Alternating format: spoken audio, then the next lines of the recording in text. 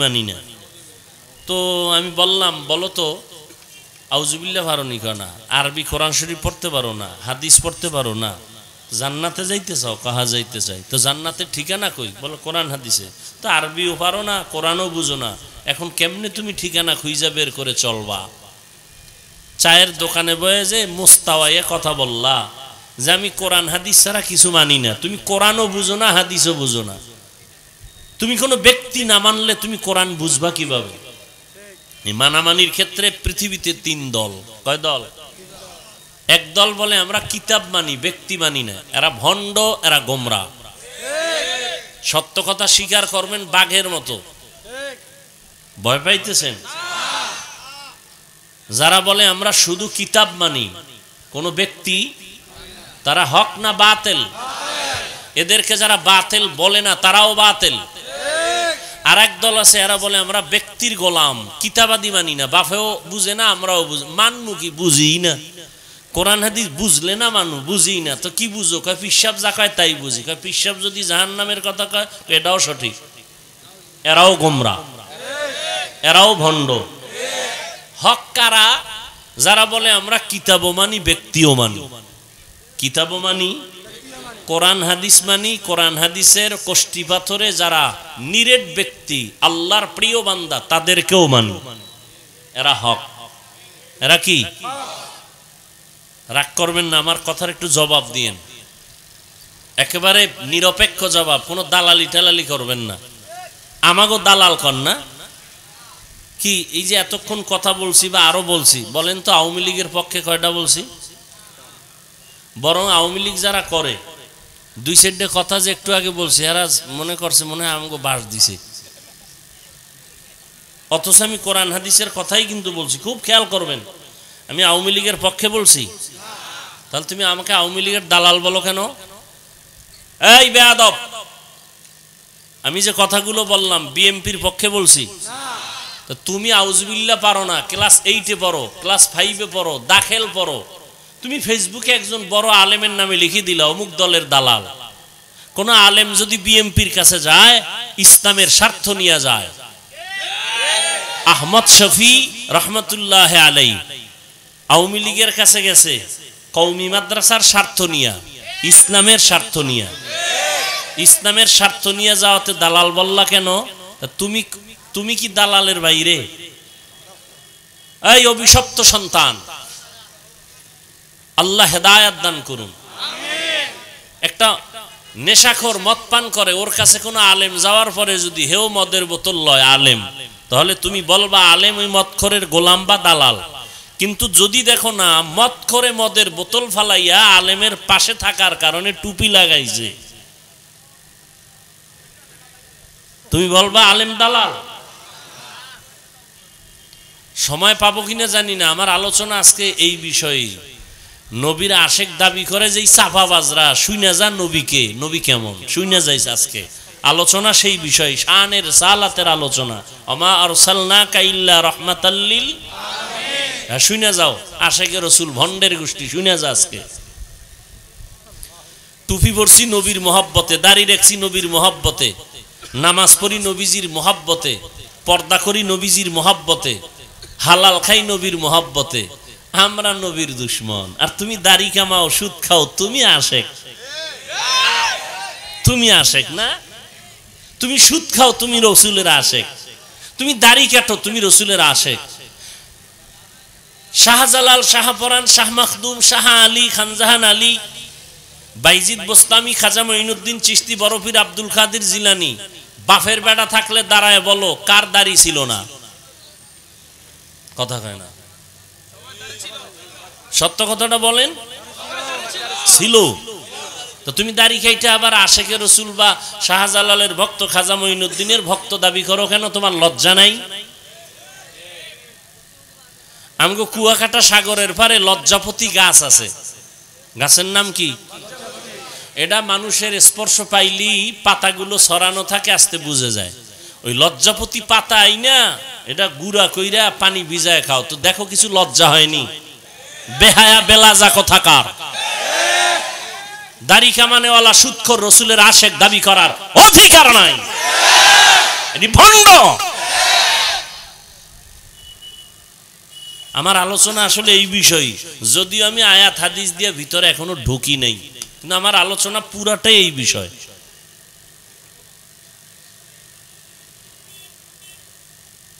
শাহজালাল জীবনে বিয়া করে নাই, তুই বিয়া করছত কেন রে আশেক? শাহজালাল রহমতুল্লাহ আলাইহি আল্লাহর এত বড় আশেক যে আল্লাহর প্রেমে পড়ে বিবাহই করে নাই। আর তুই বউয়ের প্রেমে পড়ে রসুলকে চিনো না, আল্লাহকে চিনো না। শাহজালাল আল্লাহর গোলাম, রসুলের আশেক, তুই বউয়ের গোলাম। আল্লাহ হেদায়াত দান করুন। দাউদ আলাইহিস সালামকে আল্লাহ অলৌকিক পাওয়ার দান করছেন। কি পাওয়ার? আল্লাহর প্রিয় বান্দা যারা, এদেরকে আল্লাহ পাওয়ার দান করেন, যেই পাওয়ার সবাইকে আল্লাহ। আচ্ছা আমাকে একটু বলুন, আল্লাহর কাছে প্রিয় বস্তু জিন, ফেরেশতা না মানুষ? মানুষের থেকে আল্লাহর কাছে প্রিয় দামি আর কোনো প্রাণী আছে? সত্য কথাটাও বলেন, আছে? আচ্ছা এই মানুষের মধ্যে আল্লাহকে যে মানে সে আরো প্রিয় না? আল্লাহকে কে মানে? যে বিড়িটা নেই, হ্যাঁ? আল্লাহকে বেশি মানে, প্রিয় আল্লাহর বেশি আর আম্বিয়ায়ে কেরাম, নবী রাসূলগণ, দ্বিতীয় সারিতে সাহাবায়ে কেরাম, এরপরে তাবেঈন, তাবে তাবেঈন, উলামায়ে মুতাকাদ্দিমিন, আইম্মায়ে মুজতাহিদিন, উলামায়ে মুতাআখিরিন, এরা আল্লাহকে বেশি মানেন আর আল্লাহ এদের বেশি মহব্বত করেন। করার পরে কি করেন জানেন? আল্লাহ বান্দাকে কিছু বিশেষ পাওয়ার দান করেন। কি পাওয়ার? এই কথাগুলো পারলে লিখে রাখেন কলবের মধ্যে, মোবাইলে না। মোবাইল বয়ানের পরে চুরি হয়ে গেল তো আমও গেল, সালাও গেল। কলবে ঢুকান কথাগুলো। কি পাওয়ার? অলৌকিক পাওয়ার, যে পাওয়ার সবাই পায় না বা আল্লাহ দেন না। এই পাওয়ার যদি নবী পায়, কারা পায়? এই পাওয়ারটা যদি নবী রাসূলরা পান তখন তার নাম হয় মুআজিজা। তখন তার নাম কি? আর এই পাওয়ারটা যদি নবী রাসূল না পাইয়া অন্য কোনো আল্লাহর প্রিয় বান্দা পান তার নাম কারামত। তার নাম মুআজিজাও সত্য, কারামতও সত্য। যে বলে আমি আল্লাহওয়ালাদের কারামত মানি না, ওলিয়া উলিয়া মানি না, এরকম বলনেওয়ালাও বেয়াদব আছে না নেই? আমি তো সারা বাংলাদেশে আল্লাহর জাতের কসম করে বলি, যারা বলে আমি ওলি আউলিয়া মানি না, সে কোরআন মানে না, বুখারীও মানে না। আল্লাহ হেদায়াত দান করুন। তাহলে বিশেষ পাওয়ার আল্লাহ দান করেন। আচ্ছা নবীদের বেলায় যদি পাওয়ারটা আসে তাহলে নাম কি? মুআজিজা। আর নবী ছাড়া, রসুল ছাড়া অন্য কাউকে পাওয়ার দিলে এর নাম কি? কারামত। কিন্তু আল্লাহর পক্ষ থেকে একটা নাম আছে, এই পাওয়ারটার একটা কি আছে? কোরআন শরীফে এই পাওয়ারকে বলেছে ফুরকান। বলেন কি? হাদিসে এই পাওয়ারকে বলা হয়েছে ফেরাসাত। কি? ইয়া আইয়ুহাল্লাযীনা আমানু ইন তাত্তাকুল্লাহ ইয়াজআল লাকুম ফুরকানা। তাকওয়ার উপরে যারা মুজাহাদা করে, প্রচেষ্টা চালায়, আল্লাহ তাকে ফুরকান নামের পাওয়ার দান করেন। নাম আলাদা কিন্তু মূল রহস্য, অর্থ সব এক, মাকসাদ এক।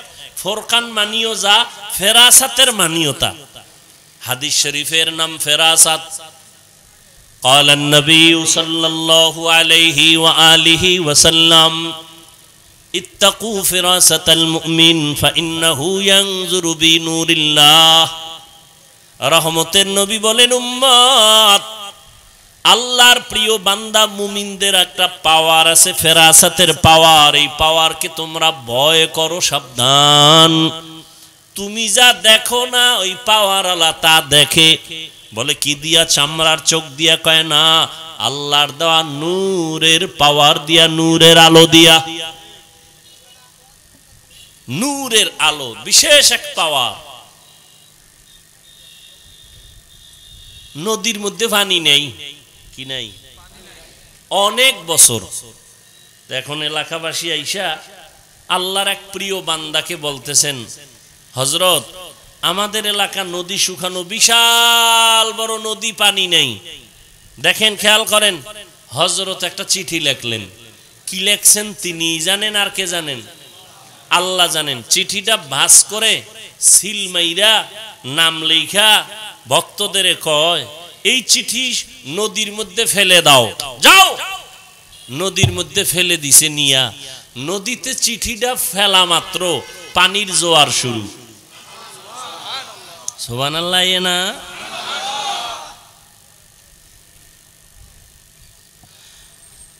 জায়েল চিঠি লিখে দিছে, পানি নদীতে ছাড়া মাত্র পানির জোয়ার। এখন এটা কোনো ভালো মানুষ মেনে নিতে পারে? এটা একটা কথা। নদীতে পানি নাই, অনেক বছর চিঠি লেখছে, নদীর মধ্যে চিঠি ফালাইয়া দিছে, পানির জোয়ার শুরু হয়েছে, এটা একটা কথা?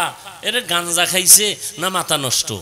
এখন যারা অলিয়া উলিয়ার বিরোধী এরা তো বলবে এই কাম কে গড়াইছে? তাবলিগের কেউ যদি কয় মনে হয় তো কাফের। আচ্ছা চরমনের কেউ বা কোনো পীর, হ্যাঁ তো কাফের। কয় না না না না, চরমনাই ঘটায় নাই। তাবলিগ কয় না। দেওবন্দির কেউ কয় না। কে ঘটাইছে?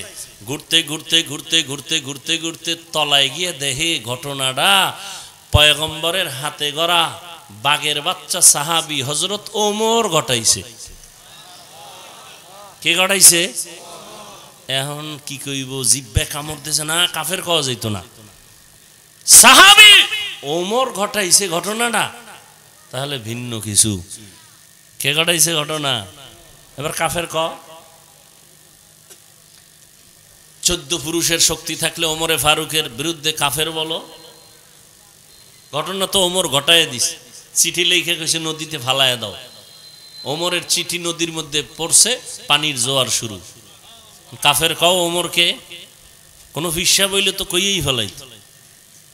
এজন্য আমরা বলি সারা বাংলাদেশে যারা আল্লাহর বিশেষ বান্দা, ওলি, ওলি শব্দের অর্থ আল্লাহর বন্ধু। এক বচনে ওলি, বহু বচনে আউলিয়া। এক বচনে ওলি, বহু বচনে আউলিয়া। ওলি মানে আল্লাহর বন্ধু। এখন আল্লাহওয়ালাদের মাধ্যমে কিছু হঠাৎ কিছু ঘইটা গেলে এটা মানে না, এটাকে অস্বীকার করে। তো আমরা বলি যারা ওলি আউলিয়াদের কারামতকে, অলৌকিক পাওয়ারকে অস্বীকার করে, মূলত সে আল্লাহ পাকের কুদরতের সাথে গাদ্দারি করে। আচ্ছা অমুকের চেহারা আছে আর কিছু নাই, চেহারা তোর বাবায় বানাইছে, অহংকার করলি কেন? অমুকের কণ্ঠ আছে আর কিছুই নাই, কণ্ঠ দিছে তোমার বাবায়। কে দিছেন? তো তুমি আল্লাহর দেয়া নেয়ামতের শুকর আদায় করো। তুমি কেন ঠোঁট বাঁকা কইরা বলো কণ্ঠ ছাড়া কি আছে? তোমার কাছে কি আছে? এই নিমক হারাম, তোমার কাছে কি আছে? বিরোধিতা ছাড়া, গালাগালি ছাড়া, গীবত শেখায়াত ছাড়া কি আছে তোমার কাছে? তাবলীগের কাছে কিছু নাই, কিন্তু আল্লাহর সাথে বান্দাকে জোড়াইয়া দেওয়ার একটা খেদমত আছে, নাই? এখানে সচেতন মানুষ, আমাকে সাইজ করে দাও, আমি তোমার পক্ষে যাব। সত্য কথাটা বলো, তাবলীগের দ্বারা আমার দেশের মুসলমানের ঈমানের কোনো ক্ষতি হয়েছে কিনা বলো? হক পীর ভণ্ড না, কি পীর? হক পীর, ওলিয়া উলিয়া, এদের মাধ্যমে ইসলামের কোনো ক্ষতি আমার দেশে হয়েছে? থাকলে বলো আমি বিরুদ্ধে নেমে যাব। দেওবন্দীদের কারণে, কওমি মাদ্রাসার কারণে এদেশের মুসলমানের ঈমানের কোনো ক্ষতি হয়েছে? থাকলে বলো আমি বিরুদ্ধে নামবো। যদি বলো না, তাহলে বিনয়ের সাথে বলি, রাগের সাথে না, মৃত্যু পর্যন্ত কোনোদিন তাবলীগের বিরুদ্ধে, পীর মুরিদির বিরুদ্ধে, দেওবন্দি কওমির বিরুদ্ধে কিছু লেখবা না, বলবা না। যদি কিছু চালাকি করে থাকো, একা একা ক্ষমা চেয়ে নিও। কি? আমি কিন্তু দালালি করি নাই। দালালি যদি করতাম তাই বলতাম পাঁচকল্লি ছাড়া সব বন্ড, বলছি? যদি দালালি করতাম যে কওমি মাদ্রাসা ছাড়া আর কোথাও যাওয়া যাবে না, বলছি? বরং আমি আলিয়ার বিরুদ্ধেও বলি নাই, স্কুল কলেজের বিরুদ্ধে তো দূরের কথা, আমার মতো স্কুল কলেজের পক্ষে বাংলাদেশে কেউ বয়ান করে না, আমার মতো কেউ বয়ান করে না। অনেকে আমার এমনও বলে কাছে আইসা, এত কইেন না। কই, আমি তো আলিয়ার বিরুদ্ধে বলি নাই, আমি তো স্কুল কলেজের বিরুদ্ধে বলি নাই, আপনি কেন কওমি নিয়া মাথা ব্যথা? আমি তো পাঁচকল্লি টুপি মাথায় দিয়েছি, অন্য টুপিওয়ালাকে তো হিংসা করে বলি নাই কিছু। আপনি কেন পাঁচকল্লির দিকে বাঁকা নজরে তাকান? আমি তো নাবির নিচে হাত বেঁধে নামাজ পড়ি, বুকওয়ালার হাত বেঁধে যে নামাজ পড়ে তারা তো কিছু বলি নাই। আপনি কেন নাবির নিচের হাত ধরে টানাটানি করেন? আমি তো 20 রাকাত তারাবি পড়নেওয়ালা মুসল্লি, আপনি 8 রাকাত পড়েন, কোনোদিন তো সালাম দেওয়া বন্ধ করি নাই। আপনি কেন সালাম দেন না, দিলেও নেন না? বিষয় কি? আমার পাওয়ার অলৌকিক বেশি, আমার 20 লাগে না, 8ই হয়ে যায়। এরপরও শেষ কথা, আপনি 8 রাকাত পড়লেন কার জন্য বলেন? জোরে আমিন বলেন, কার জন্য? এই আমলগুলো কার জন্য করেন? আল্লাহর জন্য। আপনি বুকে হাত বাঁধেন, আমি নাভির নিচে বাঁধি, কার জন্য? আমলটা কার জন্য? তো আল্লাহর জন্য আমল করেন, বান্দার সাথে ভাব দেখান কেন? ভাবটা তো আল্লাহর সাথে দেখাইবেন যে আল্লাহ আমারে চিনোনি, আমার 20 লাগে না, 8ই হয়ে যায়। আমি ফাস্ট চার্জার, চার্জার আছে না, ফাস্ট চার্জার, আধা ঘন্টার চার্জ 20 মিনিটে হয়ে যায়। আমাকে 20 রাকাত তো কলবের চার্জ হয় না, হেরা 8এ হয়ে যায়। ধাম ধাম করে মসজিদ থেকে বের হয়ে যায়। ভাবটাই অন্যরকম। ইবাদত করছো আল্লাহর, বান্দার সাথে ভাব কেন? যদি এই ভাব দেখাইয়েই থাকো তো ইখলাসওয়ালা আমলও বরবাদ। এই ভাবের নাম অহংকার, তাকাব্বুর। রসুল বলেন আগুন যেমন লাকড়ি ধ্বংস করে দেয়, অহংকার মানুষের ইখলাসওয়ালা আমলকেও ধ্বংস করে দেয়। আল্লাহ আমাকে আপনাদের সব ভাইকে হেদায়াতের দৌলত দান করেন। হেদায়াত বড় কঠিন সম্পদ। আমি মাওলানা হয়ে ওয়াজের প্যান্ডেলে বসছি, এটা হেদায়াত পেয়ে গেছি, কথা কয় না, পাইছি, গ্যারান্টি আছে। কি এক বক্তা হেদায়াত পাইয়া আবার চুলের মধ্যে কাঠিন মাঠিন লাগাইছে, আছে না? তো বলা যায় যে আমি হেদায়াত পেয়ে গেছি। ওরে রসুল যার কোনো তুলনা